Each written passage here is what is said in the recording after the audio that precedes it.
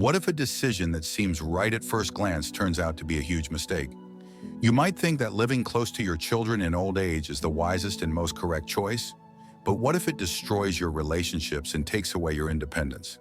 In this video, we'll share a story that might change your perspective on living with your children as you grow older.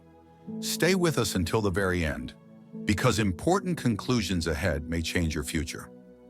Today, we're telling the story of Rosa, who faced such a decision. This is not just a story about family, but about loss, independence, and the unexpected cost of closeness. And while living with children might seem like the right choice, in reality, it's far more complex than one could imagine. So let's begin. Psychologists have long studied the relationships between generations and how excessive closeness can affect both sides. Rosa's story illustrates this complicated dynamic, and perhaps it will help you make the right decision for your future. Don't miss out on the most important part. Stay with us until the end. Rosa was a woman with a wealth of life experience. She had raised 2 children, faced many challenges, and now in her twilight years, she dreamed of peace and family harmony. After her husband passed away, her home felt too empty, and her daughter's offer to move in with her family seemed like a gift from fate. To Rosa, it felt like the perfect solution, to be near her children, help with the grandchildren, and feel needed again. The decision was made quickly. Rosa packed her things and happily moved into her daughter's large home, where she was warmly welcomed. At first, everything seemed perfect. Shared breakfasts, playing with the grandchildren, and pleasant family dinners. Rosa was happy to be close to her family, helping her daughter and once again feeling useful. But soon, Rosa began to notice that the atmosphere in the house was changing. She started to feel that her help wasn't always welcome with joy. What once seemed helpful, assisting in the kitchen or with the children, now irritated her daughter. Comments like, "Mom, you don't need to, we can handle it," or "Mom, take a break, it's not your job," became more and more frequent. Gradually, Rosa realized that her presence was beginning to create tension. She no longer felt like she belonged, even though she still saw herself as a vital part of the family. She could no longer make her own decisions, as she always had to consider her daughter's opinion, her husband's, and the children's.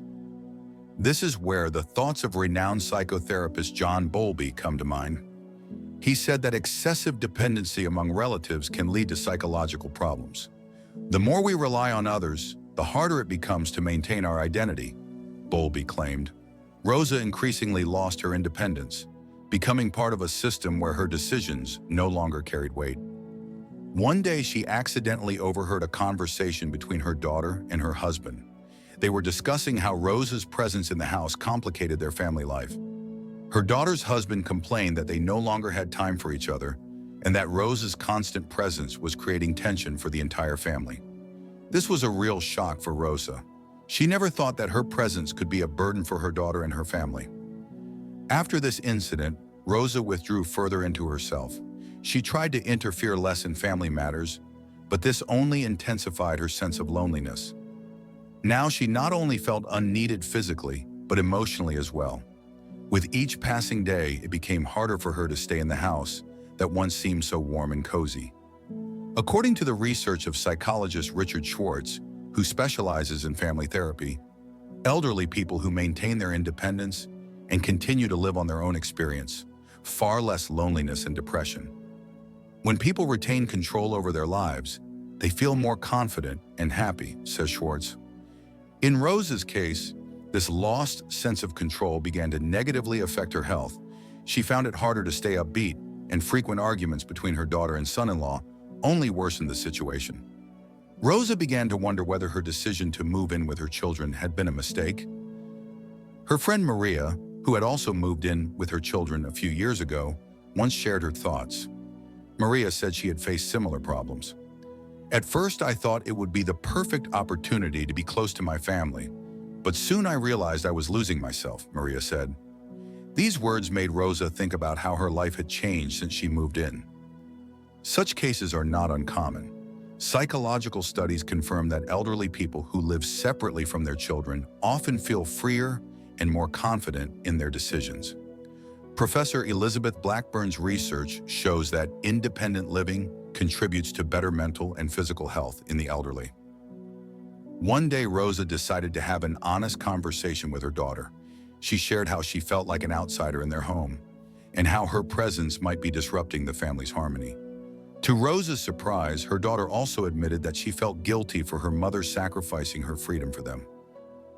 "Mom, I always thought we were doing the right thing by inviting you to live with us," her daughter said, "but now I see we are all suffering because of it."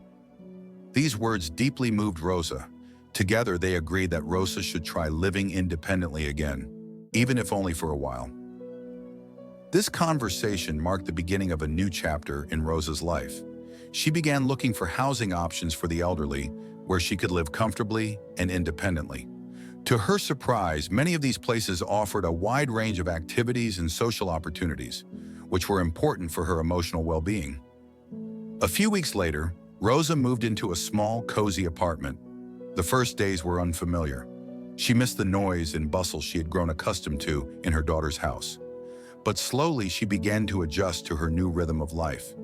Now she had more time for herself, and she could finally do the things she had long postponed, like reading books and taking walks in the park. Soon, Rosa noticed her mood and health improving. Her new life was much calmer, and she no longer felt like a burden. She began seeing old friends more often, reconnecting with simple pleasures. But the most important change was in her relationship with her daughter. Now that they weren't living under the same roof, their communication became warmer and more genuine. They started enjoying dinners together again without the tension. Her grandchildren happily visited their grandmother, and Rosa felt content. Professor Jane Loudon from Oxford confirms that elderly people who maintain their independence are more likely to have healthy relationships with their children, as they strike a balance between personal freedom and closeness. Excessive dependence can destroy even the strongest family bonds, Loudon asserts. In her new life, Rosa learned to once again value herself and her needs. She now understood that her place in her daughter's life wasn't dependent on whether they lived under the same roof. She retained her closeness with the family without losing her identity and freedom. Rosa's story is just one of many similar tales. It illustrates an important lesson. Every person, regardless of age, needs their own space and the ability to make independent decisions. Living with children may seem like the right choice, but it's not always the case. Dear viewers, if this story moved you and made you reflect on your own future, don't forget to subscribe to our channel and give this video a thumbs up.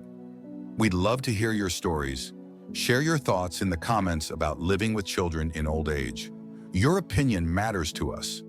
Remember, everyone deserves freedom and independence, regardless of age. Sometimes, to maintain closeness with loved ones, we need to take a step back. Thank you for watching until the end. See you in the next episode.